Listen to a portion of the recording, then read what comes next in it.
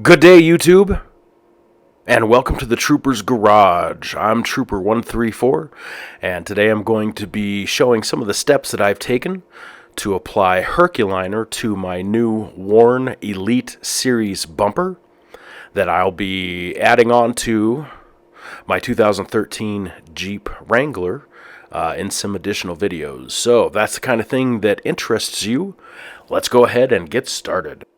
You may be scratching your helmet wondering why would he go to all the trouble of applying Herculiner to this good-looking bumper. It looks like it has a great powder coat finish on it, and you're not completely incorrect. This is a good-looking bumper, a pretty decent powder coat finish, but I'm going to show you why I'm going to go to all the trouble of doing this before I mount it on the Jeep.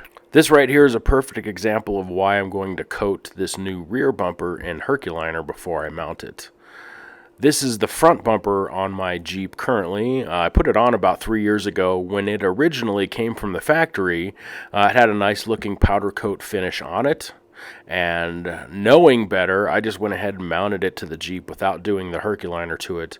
And this is the result. As you can see, we got paint flaking off everywhere, large patches of rust. So now I am going to have to go back here in the next few months and completely strip the surface of this bumper off, get it down to bare metal, and do what I should have done before I put it on in the first place. Why Herculiner specifically? Well, I'm not going to reproduce a lot of the comparison videos out there. I do encourage you to go see them and draw your own conclusions. But my own personal opinion, after working with Herculiner and some of the other popular brands, Herculiner is the best out of all of them. It's relatively easy to apply. It's easy to touch up. It's damn near impossible to get off whatever you put it on. It is very tough stuff.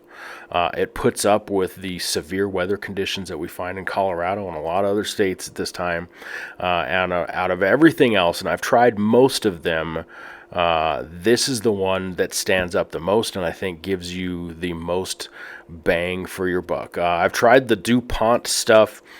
It did not hold up like the Herculiner did. I have tried the spray-on kind, which the spray-on kind is great in the fact that it's easy to apply and dries relatively quickly and initially looks great when you get it on, but it scratches off very easily. It does not weatherproof things like the Herculiner. It just doesn't stand up, so I keep coming back to the Herculiner. That's what I've been using successfully, and that's what I'm going to continue to use. Alright, that's enough talky about the project. Let's get started. First things first, I'm going to get rid of this little metal advertisement label thing off of the bumper, because this is going to be a major source of rust. I don't want to paint over it, so we're going to drill out these rivets. And then I'm going to go ahead and pry that off with a screwdriver. Using some industrial strength scouring pads that I bought from the hardware store, I'm going to start scratching up the surface of the bumper. And so I'm just taking those pads and I'm just scuffing up the painted surface of the bumper so the Herculiner has something a little bit better to adhere to kind of reduce any chances of peeling or bubbling or anything else. So we're just kind of working those horizontal flat pieces. I'm getting it into those bead welds and up on the vertical spots and around the D-rings. Now the point is not to take it to bare metal, but I'm just scuffing up the surface to give the Herculiner something to bind onto. Once that step is complete, we're going to rinse off, scrub down with a little soap and water, rinse all that off, and give the bumper a wipe down. After that, now I'm going to wet a paper towel with a little bit of acetone, or you can use lacquer thinner to give kind of a final wipe down for the bumper to make sure we get all the oils and greases and any other imperfections out of that paint. Paper towels always leave some kind of Klingons over whatever you're wiping down, so One final wipe down with a lint-free cloth to get rid of all that stuff or any dog hair or dust that happened to have got on the bumper.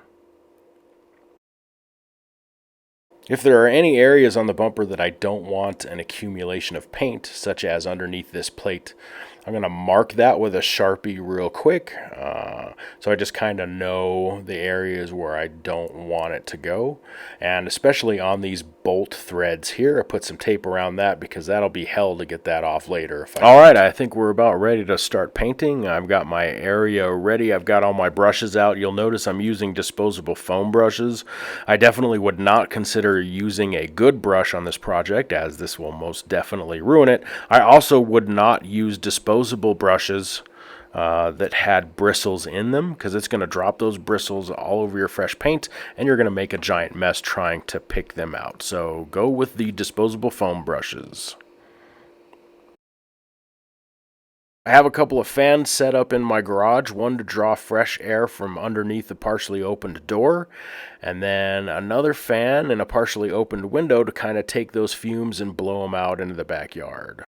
Now, that little bit of ventilation is nowhere near enough to protect my lungs, and the Empire is too cheap to buy us good helmets with filtration systems, so I am wearing a painter's mask with organic vapor cartridges, which should eliminate any fumes going into my lungs.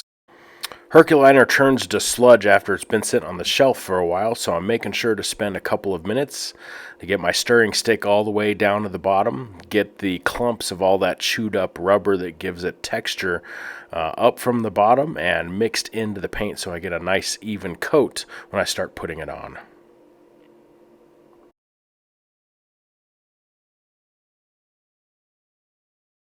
I always find it's easier to work with paint when it's in a smaller container, so I went ahead and poured a little bit of Herculiner into this disposable cut-in cup, stirred it up a little bit more, and now I think I'm finally ready to start putting it on the bumper. And the time has finally come. I'm going to start slopping some of this paint onto the bumper. So I always like to dab a big thick coat of paint, and then I start working it back and forth until I achieve the desired consistency or coating that I want. Don't be afraid to get a big thick coat of paint on here. And then I work it in, work it in, work it into those corners, make sure it's covering everything up. I'm going to be sure to get a nice thick coat right there on that seam where those two pieces of metal were welded together, so no moisture gets in there and starts rusting it from the inside out. And I dab and dab, and then I just kind of work it back and forth. I spread all those rubber chunks out to a nice even finish.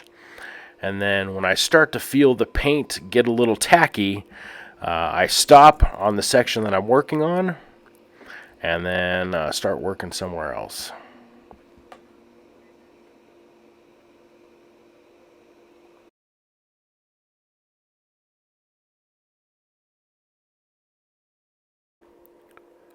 After waiting about 12 hours for the inside of the bumper to dry to the touch, I flipped it over, and now I'm ready to start applying paint to the outside of the bumper.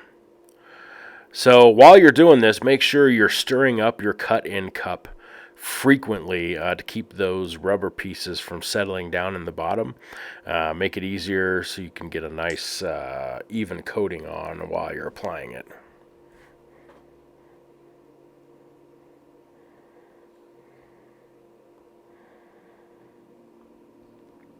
And again, just applying it real thick, kind of dabbing it on, and then I'm just going to start working it back and forth until I'm happy with the consistency of it.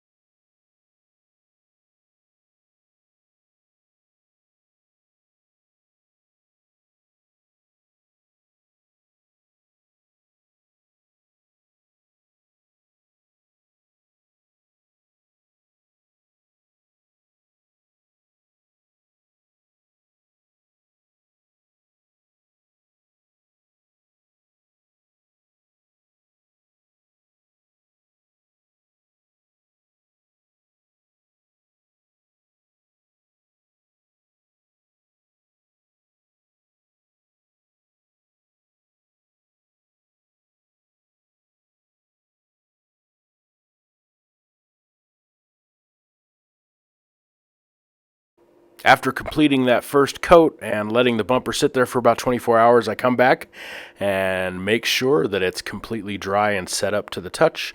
That way, when we start applying the second coat, it won't start dissolving that first coat and lifting it up off of the steel.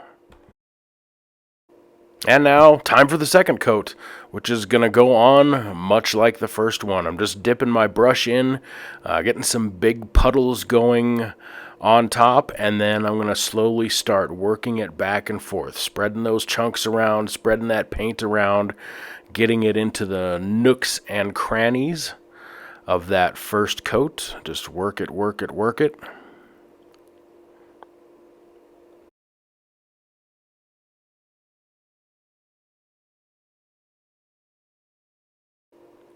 As I'm putting on the second coat, I'm going to be sure to pay special attention to the corner pieces here and to the edge pieces, making sure I get on a nice thick coat on those corners and edges, so if they get any rock chips or I drop something on the bumper, it's not likely to chip it off where it's going to start rusting underneath.